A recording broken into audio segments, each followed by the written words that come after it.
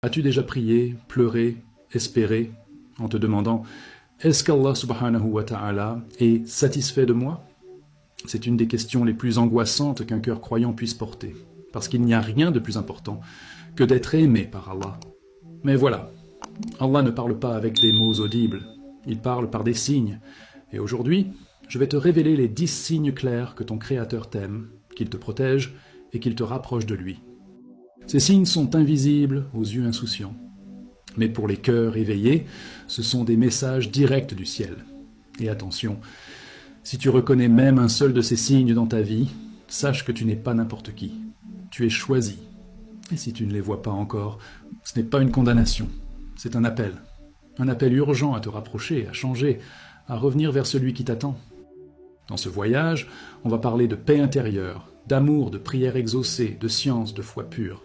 Mais surtout, on va plonger dans le Islamic mysticism, le spiritual awakening, les hidden truths et les Quranic mysteries, car ce que tu vas découvrir aujourd'hui peut transformer ta relation avec Allah subhanahu wa ta'ala à jamais. Avant qu'on commence, beaucoup regardent nos vidéos mais oublient de s'abonner. Si tu veux faire partie de ceux qui reçoivent chaque semaine un rappel puissant pour ton âme, abonne-toi maintenant à la chaîne Les Voix de la Lumière. Tu ne veux pas rater ce qui arrive, crois-moi. Et maintenant, ouvre ton cœur. Le premier signe peut déjà être en toi, sans que tu le saches. Il existe des signes silencieux mais puissants que 1000 paroles. Parmi eux, il y a ce qu'on appelle « at-tawfiq », cette inclination profonde et presque instinctive vers l'obéissance à Allah subhanahu wa ta'ala. Ce n'est pas quelque chose qu'on peut acheter, ni quelque chose qu'on impose de force à l'âme. C'est un don, un cadeau céleste que seuls ceux que Dieu aime véritablement reçoivent. Lorsque tu ressens le besoin irrésistible de te lever pour la prière, même fatigué, lorsque le Coran t'appelle et que tu l'ouvres sans hésiter, lorsque donner une aumône devient une joie au lieu d'un poids, alors sache que ce n'est pas un hasard, c'est un signe, un des premiers marqueurs du spiritual awakening. Dans l'ombre des routines quotidiennes, Allah subhanahu wa ta'ala place parfois une lumière dans le cœur de ses serviteurs. Une lumière qui les pousse à l'adorer sans relâche, à lui revenir après chaque chute. Les textes sacrés évoquent cette inclination bénie, et ceux qui se repentent, ceux qui adorent, ceux qui louent, ceux qui jeûnent, Allah leur a préparé un pardon et une énorme récompense. Surat At-Tawbah 112. Le islamic mysticisme enseigne que l'âme qui se dirige vers le bien avec constance est guidée par la main divine, même si elle n'en a pas conscience. C'est une vérité souvent oubliée, une de ces hidden truths que peu prennent le temps de contempler. Imagine-toi dans un moment de doute ou de paresse spirituelle. Puis, sans savoir pourquoi, tu entends l'adhan et quelque chose en toi bouge. Tu te lèves, tu fais tes ablutions, tu pries. Est-ce vraiment toi qui as décidé cela? Ou est-ce Allah subhanahu wa ta'ala qui a touché ton cœur? Le Quranic Mysteries regorge d'allusions à cette réalité subtile. Et quiconque place sa confiance en Allah, il lui suffit. Surat At-Talaq 3. Cette soumission naturelle à la volonté divine est le sceau des serviteurs sincères. Ce que Dieu aime, il les aide à l'aimer en retour. Dans une perspective de islamique philosophie, l'acte d'adorer devient plus qu'un rituel. C'est une signature spirituelle. Le croyant obéissant ne vit plus par simple devoir, mais par amour. Il ne récite plus par obligation, mais parce que chaque mot résonne avec sa quête intérieure. Et cette transformation n'est pas le fruit du hasard. C'est le résultat d'un mysterious event explained through Islam, la purification du cœur par la lumière divine. Voilà pourquoi certains trouvent dans la prière une douceur inconnue des autres, et dans la charité une force qu'ils ne soupçonnaient pas. Alors pose-toi la question. Quand as-tu ressenti pour la dernière fois cette paix lors d'un acte d'adoration?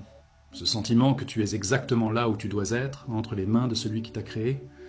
Si tu le vis régulièrement, rends grâce à Allah subhanahu wa ta'ala. Car c'est l'un des plus puissants occult knowledge in Islam que peu reconnaissent à sa juste valeur.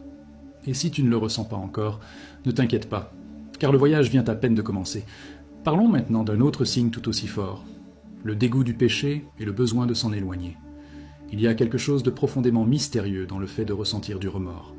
Ce pincement du cœur après une erreur, ce frisson dans l'âme quand tu t'apprêtes à transgresser, ce regard que tu détournes d'un écran, d'une personne ou d'un acte, parce que quelque chose en toi crie « non ». Cela, mon frère, ma sœur, ce n'est pas une simple émotion, c'est une protection divine, un bouclier invisible qu'Allah subhanahu wa ta'ala place entre toi et le mal. Dans le islamique mysticisme, on enseigne que l'âme éveillée n'a pas besoin qu'on lui crie les interdits. Elle les sent elle les fuit naturellement. C'est un des plus beaux signes de spiritual awakening. Et pourtant, combien sommes-nous à confondre ce sentiment avec de la culpabilité inutile, alors qu'en vérité, c'est une caresse divine.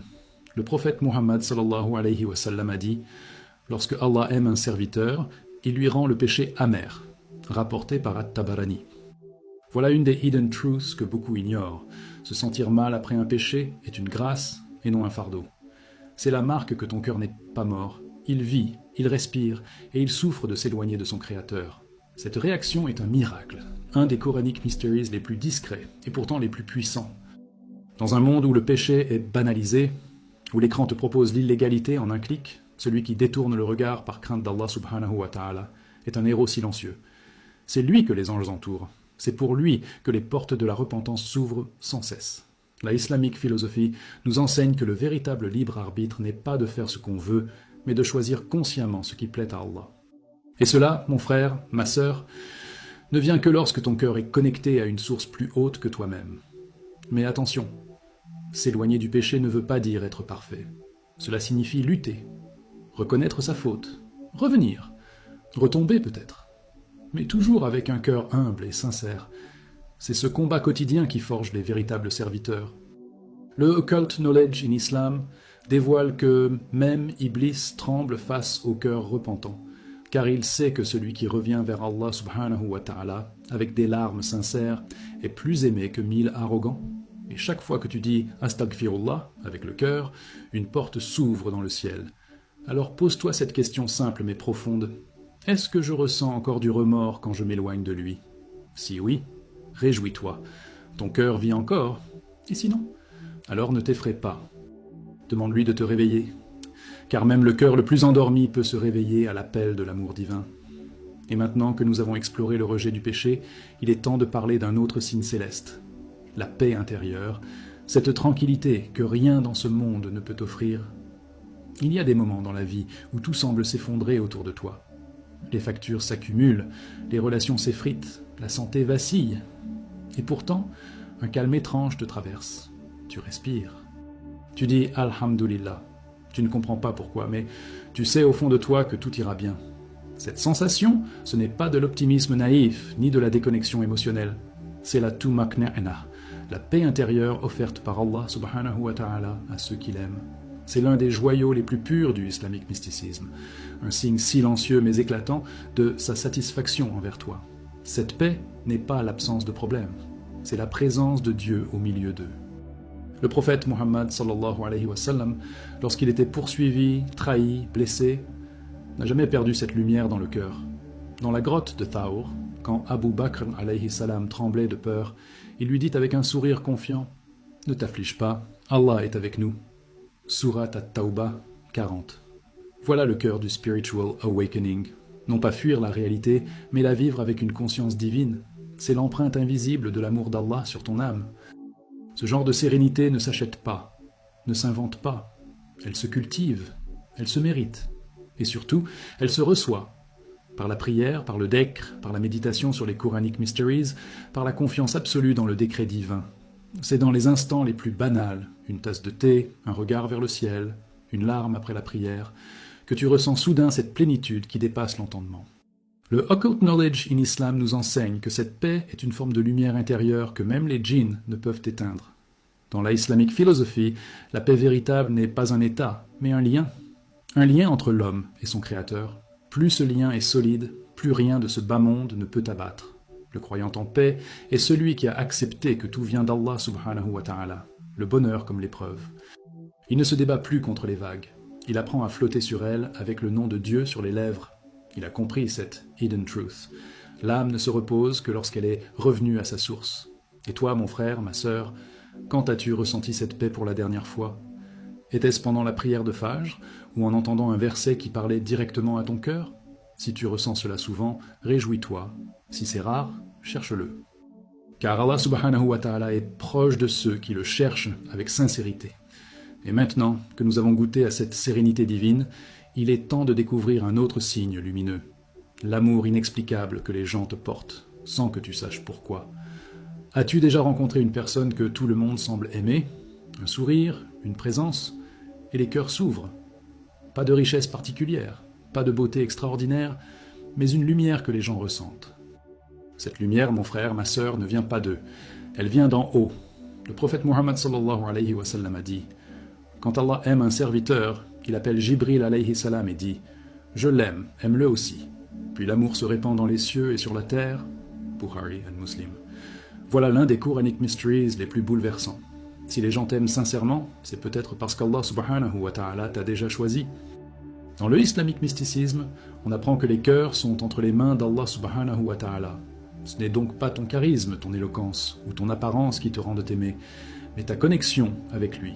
Les anges, invisibles mais actifs, plantent des graines d'amour dans les cœurs humains pour ceux que le Créateur chérit. Ce phénomène mystérieux fait partie de ces hidden truths que peu remarquent, mais que tous ressentent. Tu n'as pas besoin de t'imposer, tu as juste besoin d'être sincère dans ton lien avec Allah, et c'est lui qui ouvre les cœurs. Ce signe est d'autant plus fort lorsqu'il est injustifié aux yeux du monde. Tu entres dans une pièce et les gens te respectent, t'écoutent, s'apaisent dans ta présence. C'est un mysterious event explained through Islam, un secret que seule l'âme perçoit. Et si, en plus de cela, tu es quelqu'un de modeste, de discret, alors ce phénomène est encore plus puissant. Car l'amour accordé aux humbles est plus pur, plus spirituel, et souvent guidé par les lois invisibles du occult knowledge in Islam. Dans la Islamic philosophy, aimer et être aimé sont deux dimensions spirituelles majeures. L'amour sincère des gens est un miroir de l'état de ton cœur. Ceux qui sont remplis de rancune ou d'arrogance provoquent naturellement le rejet. Tandis que ceux qui cultivent la miséricorde, la patience et le dhikr, sans le dire, sans se vanter, deviennent des phares dans l'obscurité du monde. C'est pourquoi, parfois, tu ne comprends pas pourquoi des inconnus te confient leur vie, te demandent conseil ou cherchent simplement à rester près de toi. Ce n'est pas toi, c'est lui. Et si tu ne ressens pas encore cet amour collectif, ne te décourage pas. Cela ne signifie pas qu'Allah subhanahu wa ta'ala ne t'aime pas, mais peut-être qu'il t'invite d'abord à t'aimer en lui. Car une fois que ton cœur est tourné sincèrement vers le divin, les cœurs des autres suivront. Voilà pourquoi, après avoir exploré ce signe magnifique, nous devons parler d'un autre encore plus mystérieux et mal compris. Les épreuves et les difficultés de la vie. Sont-elles vraiment des punitions ou cachent-elles une élévation spirituelle? Découvrons-le. Il y a un paradoxe étrange dans la vie spirituelle. Parfois, c'est dans les larmes que se cache l'amour d'Allah subhanahu wa ta'ala. Une perte soudaine, une maladie, une trahison. Et l'on se demande « Pourquoi moi ?» Mais que se passe-t-il vraiment lorsque l'épreuve frappe? Dans le islamique mysticisme, les grands maîtres enseignent que les épreuves ne sont pas des malédictions, mais des lettres d'amour déguisées, des hidden truths que seuls les cœurs éveillés savent lire. Car oui, Allah subhanahu wa ta'ala éprouve ceux qu'il aime, et non, cela ne signifie jamais qu'il t'abandonne. Le prophète Muhammad sallallahu alayhi wa sallam nous a prévenus avec douceur mais fermeté. Les gens les plus éprouvés sont les prophètes, puis ceux qui leur ressemblent le plus. Tirmidhi. Cette parole seule renverse toute logique humaine, car dans la islamique philosophie, la souffrance n'est pas une punition mais un outil de purification. Chaque larme versée en patience est une élévation. Chaque nuit d'angoisse traversée avec foi est une lumière dans l'au-delà. Voilà l'essence du spiritual awakening. Comprendre que ce qui te brise aujourd'hui peut te reconstruire demain sous une forme plus belle, plus pure. Combien de personnes ne sont revenues à Allah subhanahu wa ta'ala qu'après une chute, un choc, une perte? Ces mysterious events explained through Islam sont parfois les seuls moyens par lesquels notre âme accepte enfin de se tourner vers le ciel. Une maladie qui t'éloigne des distractions du monde. Une perte financière qui te reconnecte à la simplicité prophétique. Une rupture qui fait place à la solitude et à la prière. Ce sont ces moments où, seul, brisé, tu prononces « Hasbi Allah wa ni'ma al-wakil » et tu ressens enfin une paix étrange. Mais attention, endurer une épreuve ne suffit pas. Ce qui compte, c'est la posture intérieure. Certains maudissent leur sort, s'enfoncent dans la colère. D'autres, à l'inverse, acceptent avec soumission. Ils savent que Allah n'impose à une âme que ce qu'elle peut supporter. Sourate Al-Baqarah 286. Ce verset est l'un des Quranic Mysteries les plus rassurants. Le croyant sincère transforme l'épreuve en adoration. Il ne dit pas « Pourquoi moi ?» mais « Montre-moi ce que tu veux m'enseigner, ô Allah subhanahu wa ta'ala. » Et toi, dans tes douleurs passées, qu'as-tu appris? T'ont-elles rapproché ou éloigné de lui? Si tu y vois une transformation, alors félicite-toi. Tu as compris le secret caché des épreuves. Si tu n'y vois que souffrance, alors redemande à Allah de te montrer leur sens. Car parfois, l'épreuve n'est pas là pour te blesser, mais pour t'ouvrir les yeux. Et maintenant, après avoir découvert cette sagesse douloureuse mais lumineuse, parlons d'un autre miracle discret. La facilité avec laquelle certaines de tes prières sont exaucées. Il y a des moments dans la vie où tu demandes et tu reçois, sans détour, sans délai. Comme si Allah subhanahu wa ta'ala t'écoutait. Non, comme s'il t'entendait. Intimement, ce phénomène aussi discret qu'éblouissant est l'un des signes les plus profonds de l'amour divin. Dans le islamique mysticisme, on dit que certaines âmes ont une ligne directe vers les cieux. Leurs invocations sont portées par les anges, baignés de lumière, et arrivent devant le trône avec une clarté céleste.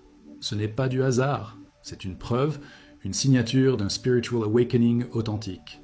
Le Coran le confirme avec tendresse et force. Invoquez-moi, je vous répondrai. Sourate Kafir 60. Quelle promesse magnifique! Et pourtant, combien doutent encore? Le islamique philosophie enseigne que la rapidité de la réponse n'est pas toujours le vrai miracle. Le miracle, c'est d'avoir le cœur qui croit encore à la promesse. Lorsque tu fais du dua et que tu sens une paix t'envahir, même sans avoir reçu ce que tu demandes, alors tu es déjà exaucé. Car ce calme, cette confiance, cette patience sont eux-mêmes des réponses, des hidden truths enveloppés dans le silence. Et parfois, oui, la réponse est immédiate. Tu demandes du réconfort et quelqu'un t'appelle. Tu cherches une solution et elle apparaît. Tu cries dans la nuit et au matin, la lourdeur est partie. Ce sont des mysterious events explained through Islam, des réponses camouflées dans le quotidien. Le occult knowledge in Islam révèle que plus la prière est sincère, plus la réponse est subtile. Ce ne sont pas toujours des éclairs dans le ciel, mais souvent des murmures dans l'âme. Des clins d'œil du Tout-Puissant. Et si ta demande tarde à se réaliser, ce n'est pas un refus, c'est une préparation. Allah subhanahu wa ta'ala connaît le moment exact, la forme parfaite et l'état idéal dans lequel ton cœur sera prêt à recevoir. Il retarde parfois pour te rapprocher. Il cache parfois pour que tu continues à chercher. Et dans cette quête, ton âme grandit. Voilà l'un des Quranic Mysteries les plus ignorés. Allah aime ceux qui reviennent vers lui, encore et encore, avec insistance et foi. Alors, souviens-toi, si tu fais dua et que tu sens que quelque chose bouge, c'est lui. Et si tu ne sens rien, continue. Car même dans le silence apparent, Allah subhanahu wa ta'ala est à l'œuvre. Maintenant que nous avons parlé des prières exaucées, il est temps d'explorer un autre signe de son amour. Le désir sincère de chercher la connaissance, qu'elle soit religieuse ou mondaine, comme un appel intérieur vers la lumière. Il existe un feu sacré que brûle dans les cœurs des élus. C'est la soif de connaissance. Pas une curiosité intellectuelle vaine, mais une quête intérieure, intense, presque douloureuse.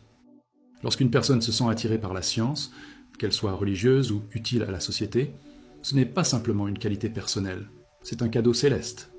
Le prophète Muhammad, sallallahu alayhi wa sallam, a dit « Quand Allah veut du bien à quelqu'un, il lui donne la compréhension de la religion. » Bukhari. Voilà l'un des Quranic Mysteries qui dévoile l'amour divin. Quand ton cœur désire apprendre, c'est qu'Allah subhanahu wa ta'ala t'a choisi. Dans le islamique mysticisme, la recherche du savoir est vue comme un acte d'adoration. Chaque livre lu avec sincérité, chaque question posée avec humilité, chaque verset médité dans le silence, devient une prière. Le croyant qui cherche la vérité, dans les textes, dans la nature, dans lui-même, entre dans un état d'éveil spirituel. C'est ce que les maîtres appellent le spiritual awakening. Ce n'est pas un événement soudain, mais une lente transformation. Tu ne lis plus pour savoir, tu lis pour devenir. Et ce savoir ne se limite pas à la religion. Le islamique philosophie enseigne que tout ce qui élève l'humain vers le bien, la justice, la compassion, est un savoir béni. Un médecin sincère, un ingénieur juste, un enseignant patient, tous sont sur une voie divine s'ils œuvrent avec l'intention de servir la création d'Allah subhanahu wa ta'ala. Dans le occult knowledge in Islam, il est dit que certains savoirs ouvrent des portes invisibles, des compréhensions du cœur, des intuitions pures, des liens entre les signes du monde et les versets du livre. Tu as peut-être ressenti cela un jour.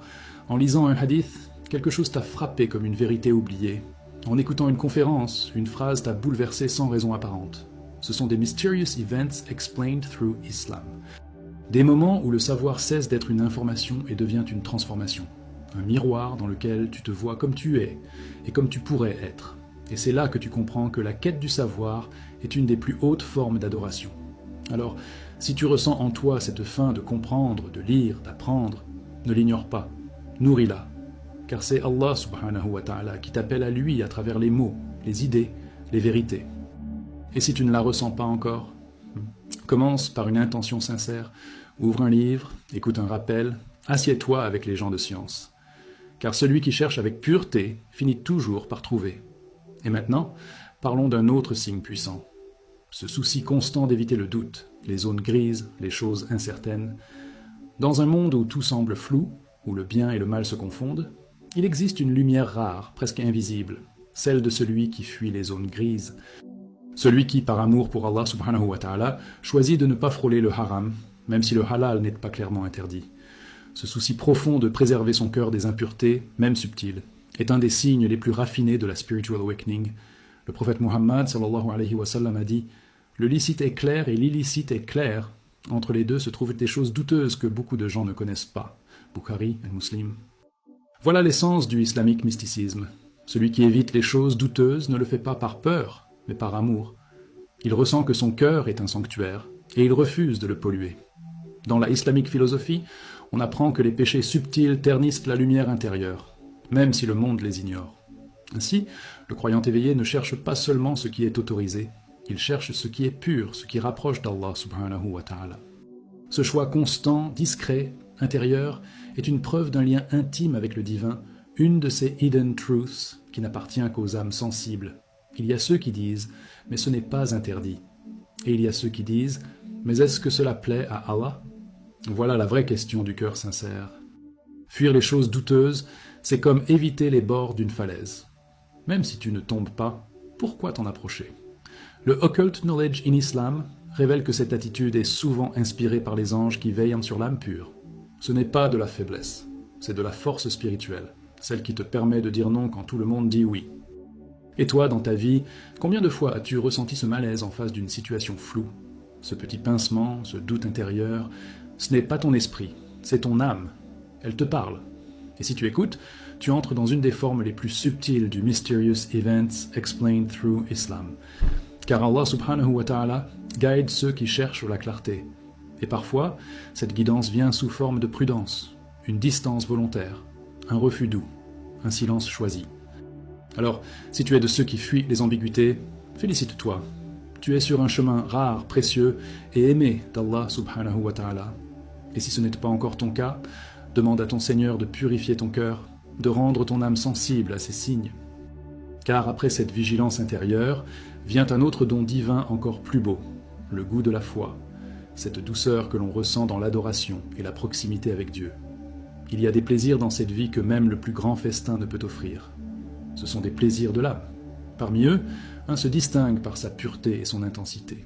La halawat al-iman, la douceur de la foi. Ressentir cette douceur, ce n'est pas simplement pratiquer l'islam, c'est l'habiter. C'est prier et sentir ton cœur vibrer. C'est réciter le Coran et avoir les larmes aux yeux sans comprendre pourquoi. C'est regarder le ciel et murmurer « Alhamdulillah » parce que ton âme a reconnu son Seigneur. Voilà l'un des plus grands Quranic Mysteries réservés à ceux qu'Allah subhanahu wa ta'ala chérit véritablement. Le prophète Muhammad sallallahu alayhi wa sallam a dit « Celui qui possède 3 choses goûtera à la douceur de la foi. Qu'Allah et son messager soient plus aimés pour lui que toute autre chose. » Bukhari et Muslim. Cette parole est un condensé de islamic mysticisme. Aimer Allah subhanahu wa ta'ala plus que tout, c'est voir le monde à travers ses noms, c'est ressentir sa présence dans les silences, dans les épreuves, dans les bénédictions. Et une fois que ce goût a touché ton cœur, plus rien ne peut te satisfaire hors de lui. Ce goût n'est pas constant, et c'est là tout le secret. Il vient comme une brise douce après une longue marche. Il te surprend parfois pendant la prosternation, ou dans un moment d'isolement. C'est un spiritual awakening qui ne se crie pas, mais qui transforme tout. Même la douleur devient prière, même les larmes deviennent nectar. Et cette transformation, selon le Occult Knowledge in Islam, est la preuve que l'âme a été invitée à goûter à une réalité que les yeux ne voient pas. Mais alors, comment cultiver cette douceur? Par la sincérité, par la constance, par l'amour des actes discrets. Plus tu purifies ton intention, plus tu abandonnes le regard des gens, plus cette douceur se rapproche. Ce n'est pas une émotion passagère, mais une connexion stable. Dans la islamique philosophie, on enseigne que le plaisir du cœur dans l'adoration est une forme supérieure de paradis sur terre. Et ce paradis, tu peux l'expérimenter ici et maintenant, dans chaque sujoud, dans chaque subhanallah prononcé avec amour.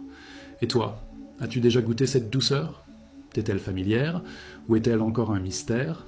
sache que si tu l'as connu une fois, même brièvement, c'est un signe immense. Un des mysterious events explained through Islam que peu reconnaissent. Et si tu ne l'as jamais goûté, ne perds pas espoir, car elle ne s'achète pas. Elle se mérite. Elle se demande à genoux. Et maintenant, après ce nectar spirituel, explorons un autre signe magnifique, le vrai tawakkul, cette confiance absolue en Allah, qui transforme même les incertitudes en paix. Il y a une paix unique, impossible à expliquer avec des mots. C'est celle du tawakkul, cette confiance totale et sincère en Allah subhanahu wa ta'ala. Ce n'est pas un simple espoir. Ce n'est pas non plus de l'optimisme aveugle. C'est un abandon profond, éclairé, conscient, entre les mains du Très-Haut. Le croyant qui pratique le vrai tawakkul ne fuit pas les causes, mais il sait que les causes ne sont rien sans la permission d'Allah. C'est cette foi du cœur qui transforme l'inconnu en tranquillité. C'est l'un des piliers invisibles du islamique mysticisme. Le prophète Muhammad sallallahu alayhi wa sallam a dit « Si vous placiez votre confiance en Allah comme il se doit, il vous pourvoirait comme il pourvoit aux oiseaux. Ils partent le matin affamés et reviennent rassasiés. » Tirmidhi. Quelle image puissante! Elle nous révèle une hidden truth d'une beauté éclatante. Même les créatures sans parole, sans plan, sont prises en charge par leur Seigneur.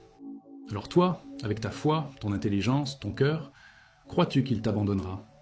Cette réflexion est le début du spiritual awakening. Mais attention, tawakkul n'est pas passivité, c'est une démarche active. Tu fais ce que tu peux, avec les moyens que tu as, et tu laisses le reste entre ses mains.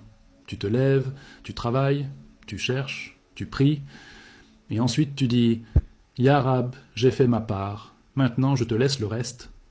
Voilà le cœur du islamique philosophie. C'est la libération intérieure, car lorsque tu sais que tout vient de lui, le succès ne t'enivre plus et l'échec ne te détruit plus. Tu es libre, léger, ancré dans le réel, mais élevé dans le divin. Ce type de foi est rare. Il ne naît pas du confort, mais de l'épreuve. C'est lorsque tout s'écroule, lorsque tu n'as plus aucun contrôle, que tu apprends enfin à faire confiance. C'est là que le occult knowledge in Islam prend sens.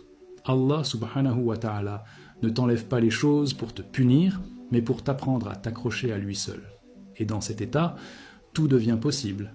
Car celui qui dépend de Dieu seul est plus fort que celui qui s'appuie sur des armées entières. Alors pose-toi cette question, sincèrement. Où est ton cœur quand tu fais face à l'inconnu? Est-il inquiet, désespéré ou en paix? Si tu as déjà expérimenté cette paix, tu as goûté à l'un des mysterious events explained through Islam. Et si tu ne l'as pas encore connu, demande-la. Car Allah subhanahu wa ta'ala aime ceux qui comptent sur lui. E maintenant que terminamos os 10 sinais, é hora de amarrar tudo isso com uma introdução impactante que vai capturar o coração do espectador desde o primeiro segundo. Alors, combien de ces signes as-tu reconnu dans ta vie? Un seul? Plusieurs? Ou peut-être aucun? Dans tous les cas, n'oublie jamais ceci. Allah subhanahu wa ta'ala ne ferme jamais la porte à celui qui revient avec sincérité. Dis-moi dans les commentaires, lequel de ces signes t'a le plus touché? Lequel as-tu déjà ressenti ou aimerais ressentir un jour? Ton témoignage peut inspirer une autre âme à se rapprocher de Dieu. N'aie pas peur de partager. Et si tu veux continuer à recevoir des rappels puissants, des vérités cachées et des clés spirituelles pour ton quotidien, abonne-toi maintenant à Les Voix de la Lumière et active la cloche pour ne rater aucune nouvelle vidéo. La prochaine vidéo qui s'affiche à l'écran va encore plus loin. Clique dessus maintenant pour continuer ton voyage vers la lumière. Avec paix et amour, Les Voix de la Lumière.